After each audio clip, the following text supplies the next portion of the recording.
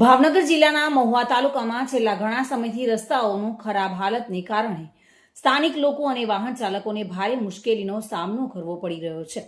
ખાસ કરીને નેસવડ ચોકડી વિસ્તારમાં રસ્તા પર ખાડાઓને કારણે અકસ્માતની શક્યતા વધી જતી જોવા મળી રહી છે. આ મુદ્દાને લઈને આજે મહુવા તાલુકા કોંગ્રેસ કમિટીના કાર્યકર્તાઓ રસ્તા પર ઉતરી આવ્યા હતા. કોંગ્રેસના કાર્યકર્તાઓએ નેસવડ ચોકડી પર ધરણા પર બેસીને રામધૂન બોલાવી અનોખી રીતે વિરોધ નોંધાવ્યો હતો. મહુવા તાલુકા અને શહેર કોંગ્રેસ સમિતિ દ્વારા નેસવડ ગામે Mahuva Savarkundla national highway road જે છેલ્લા 5-6 મહિનાથી એકદમ ખરાબ હાલતમાં છે.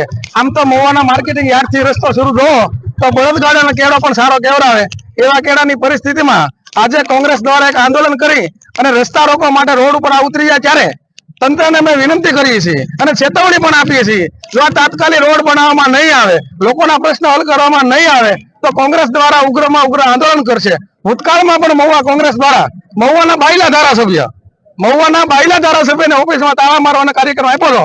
પણ જો દિવાળી સુધી કે દિવાળી પછી તાત્કાલિક રોડ બનાવવામાં નહીં આવે તો મહુવાના ધારાસભ્યની ઓફિસે જઈ અને બંગડીઓ પહેરાવવાનો પણ કાર્યક્રમ કોંગ્રેસ આપશે. કોંગ્રેસ જિંદાબાદ! કોંગ્રેસ જિંદાબાદ!